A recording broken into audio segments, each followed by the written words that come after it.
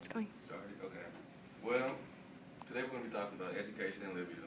You may be asking yourself, why am I doing a presentation in the classroom where there's nobody in here? Or you may be asking yourself, what is going on in education in Libya? Well, for people who don't know, education in Libya is not as good as you would think.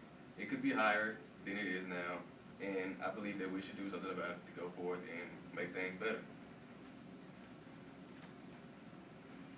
What is the problem with Libya's education? The overall problem is that Libya is suffering from poor education and is greatly affecting their environment and the things around them. This is mainly caused by violence throughout the country. You see, in Libya, they have like bad violence, and violence kind of gets in the way of education.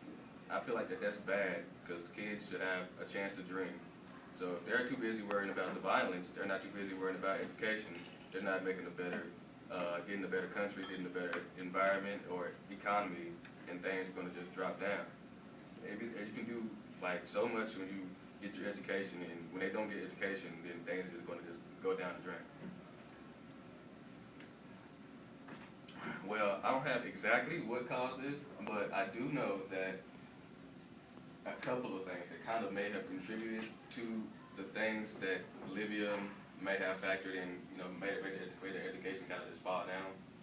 The tragic murder of Christopher Stevens, the U.S. ambassador to Libya, and three of his colleagues at the U.S. consult in Benghazi on September 11, 2012 demonstrate the significant hurdles Libya still has to overcome in its work to build a new nation in the fall of Muammar Gaddafi. The children have been faced by the violent clashes and the war in Missouri. The teachers have also experienced an increase in bad behavior, significantly slowing down education. As I said previously, education is still a big thing, and as you can see from my slide, violence is getting in the way of education, and it's going to affect them in a bad way.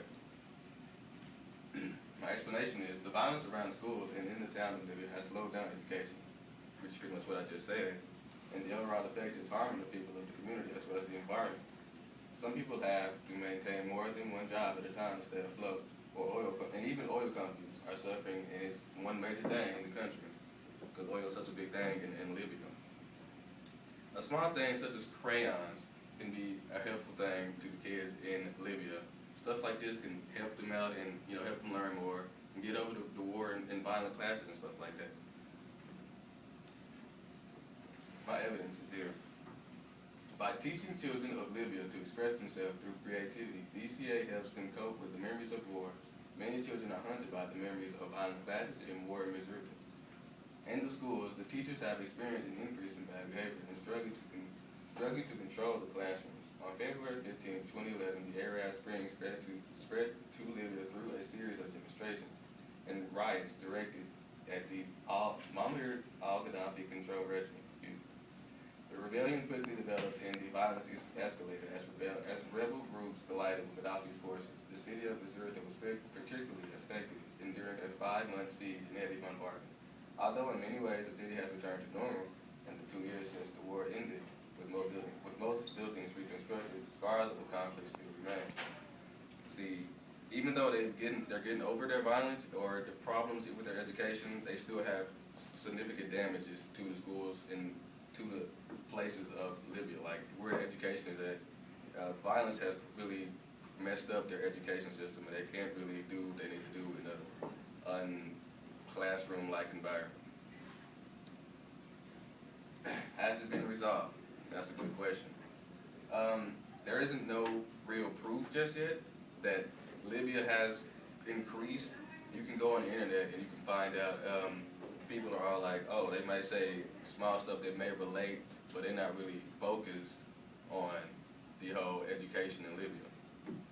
The GNC, or General National Congress, have only claimed to have provided needed help for the people of Libya and only to have brushed them aside like education isn't a serious thing that shouldn't be dealt with head on. Reliable information that is strictly focused on Libya's education was a real thing to find on the internet, which makes it seem like the people have forgotten about the help that they were going to give them.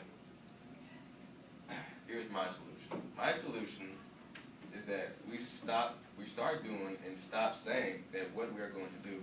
I feel that we should give the people of Libya a better education and so they can have a chance to dream just like the rest of us. The world is basically like, it's basically like saying, you give a man a fish, and he'll feed him for a day. You teach a man to fish, and you can feed him for a lifetime. And that's exactly how it should be with education, just education-wise, without much more excited.